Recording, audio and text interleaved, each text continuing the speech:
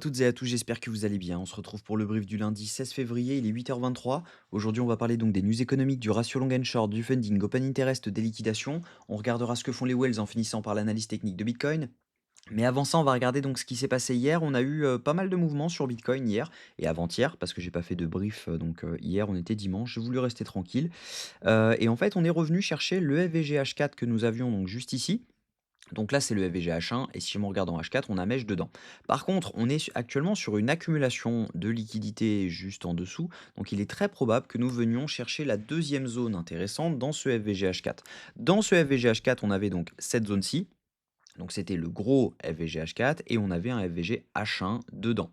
Dans ce FVG H1, on avait un order block M5, donc on est venu parfaitement mèche dedans, juste ici.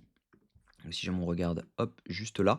Donc moi personnellement, j'avais tenté un scalp dans cette zone. J'étais à 1,6 R, si je dis pas de bêtises. Je sais plus exactement, j'étais rentré par là.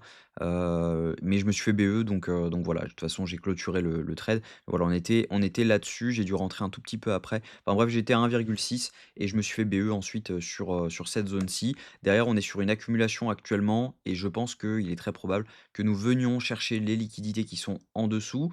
Pour rappel, on est sur un marché américain fermé aujourd'hui et marché asiatique également fermé. Donc clairement, on risque pas d'avoir de gros mouvements, des market makers actuellement.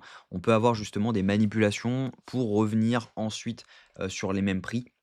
Donc ce qui pourrait être intéressant, c'est de sortir un peu tout le monde si jamais on venait chercher les 67 633 $. Si jamais on regarde tout simplement en H1, ça représente le FVG H1 qu'on a donc dans cette zone, mais c'est également dans le FVG H4, donc ce FVG H1, donc ça donne une zone clé dans les 67 626 $ et ça donne également les 50 de l'ordre du breaker block que nous avions donc juste ici. Quand on regarde juste là, on avait donc un breaker block à venir chercher, ça donne à peu près les 50 quand on regarde, voilà, c'est vraiment, pépite. Donc à mon avis, c'est une zone dans laquelle on peut vraiment rebondir. Donc les 67 626 $, ça peut être intéressant, de long dans cette zone si jamais on a un setup qui se dessine en low time frame.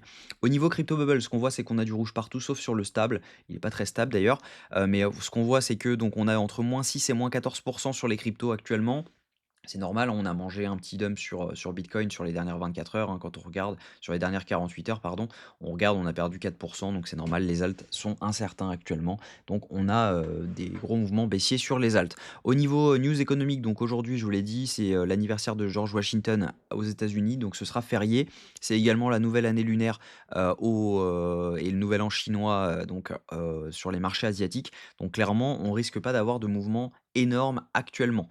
Au niveau funding open interest, ce qu'on voit donc c'est que également pour ajouter, demain ce sera fermé également, sur le marché asiatique, clairement on ne devrait pas avoir de mouvement également cette nuit, ça sera à mon avis ouverture US demain. Donc au niveau funding open interest, ce qu'on voit actuellement, c'est que c'est plutôt du long qui est en train de s'ouvrir. On a une hausse de l'open interest avec une hausse majoritaire des fundings, ce qui veut dire que ici, ce sont majoritairement des longs qui sont en train de s'ouvrir. On avait quelques shorts qui sont rentrés quand même juste avant, hein, mais on voit que c'est pas non plus flagrant. On a une toute petite hausse de l'open interest. Ici, même chose, c'était du long qui est rentré avec une hausse de l'open interest, hausse des funding, donc ce qui veut dire que ici ce sont des longues. Donc on accumule énormément de liquidations juste en dessous. Donc c'est un conseil, clairement, n'allez pas long maintenant. C'est pas un conseil en investissement bien sûr, mais un conseil personnel. N'allez pas long maintenant. Logiquement, on a pas mal de liquidités à venir chercher en dessous. Il est très probable qu'on vienne les chercher incessamment sous peu.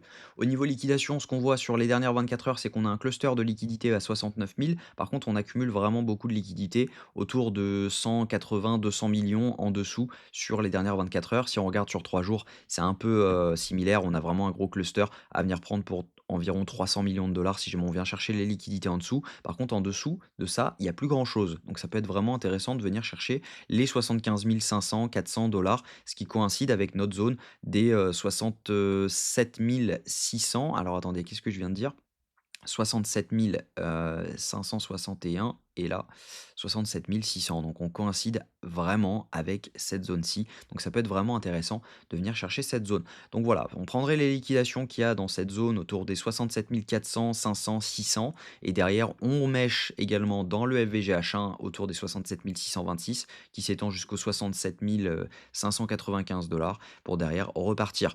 Autre chose intéressante, on n'a pas de grosses ventes massives de whales sur ce dump. On a eu majoritairement des achats sur ce dump, donc ça, c'est plutôt encourageant pour la suite et derrière, ce qu'on voit, c'est que c'est plutôt les micro wells qui sont en train de vendre et on voit qu'on n'a pas vraiment actuellement de divergence entre le prix et les contrats dérivés, parce que tout simplement la chart ressemble actuellement on était dans cette zone-ci, donc quand on était juste ici, donc on le voit clairement et derrière ce qu'on voit c'est qu'on est un peu plus bas donc ça c'est plutôt intéressant. On a encore pas mal de longues à mon avis à venir sortir, mais on est en train de les sortir petit à petit. On commence à rattraper le retard qu'on avait entre, les contrats dérivés et cetera. C'est ce que je vous avais dit, on avait quand même une grosse divergence entre le spot et la chart et actuellement on est en train de rattraper ce retard. Donc ce qu'il faudrait c'est vraiment liquider encore une dernière fois, donc pourquoi pas, revenir dump une dernière fois. On voit qu'on a un IFVG H4 dans cette zone-ci, donc autour des 69 188 hein, si jamais on se met ça, hop, juste ici. Donc ça pourrait être intéressant de venir chercher cette zone qui se situe entre les 69 113 et les 69 172, d'avoir ce rejet dans lequel on a donc un rejet de cette zone. Derrière, si on a un setup low time frame dans cette zone, ça peut être intéressant de short pour viser la zone basse. Donc ça serait tout simplement de faire un mouvement de ce style. Donc on sort tout le monde. Derrière, on vient chercher la liquidité et derrière, on peut avoir notre rebond. Donc ça serait vraiment intéressant. Mais actuellement, tant que je ne vois pas ça, en tout cas, ça sert à rien de tenter des choses dans cette zone-ci, tout simplement parce que bah, on est au milieu d'un range. Donc à mon avis, on viendra chercher le bas de ce range pour aller chercher le haut et ensuite advienne que pourra. Donc voilà, le plan, c'est si jamais on vient chercher cette zone, il y a un long à tenter. Si on vient chercher cette zone, il y a un short à tenter potentiel pour viser à chaque fois la zone inverse. Si jamais on vient chercher donc cette zone en premier, on viendra ensuite chercher logiquement la deuxième et inversement. Donc à mon avis, ça peut être un plan plutôt intéressant. Tant qu'on n'est pas dans ces zones-là, en tout cas, je ne ferai rien et donc à voir pour la suite. En sachant que si jamais on pump directement au lieu de dump, il y a de fortes chances que la zone basse ne tienne pas pour longue. Tout simplement du fait que bah, on a encore beaucoup de choses qui nous retiennent en haut.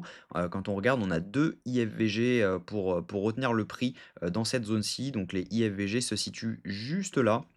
Donc quand on regarde, hop, on a un premier qui se situe ici entre les 69 700 et les 69 900. Et on a un deuxième IFVG qui se situe dans les 69 960 à 70 103 dollars. On a également un FVG juste là. Donc clairement, il y a de grandes chances d'être rejeté si on trace la zone OTE également. Donc c'est tout simplement on prend le point haut, le point bas. Et derrière, donc ça coïncide avec la zone juste là. Donc ça, je vais le retirer. Hop, voilà, ça coïncide avec la zone juste là, les 50% du premier IFVG, donc autour des 69 835, 833 dollars. Donc voilà, clairement, si on vient chercher cette zone, si on vient chercher cette zone, il y aura un short à tenter. Je pense que je le tenterai pour viser tout simplement la zone des 67 630 dollars. Donc voilà, et puis sinon, si on vient chercher cette zone, ça pourrait être intéressant de tenter ce long. Voilà le plan de la journée, j'espère qu'il vous a plu. Si c'est le cas, je vous invite à vous abonner, à liker et à commenter ce que vous en pensez. Donnez-moi votre plan pour la semaine, je suis curieux de le connaître. Et puis en tout cas, sinon on se retrouve demain à la même heure. Prenez soin de vous, bonne journée.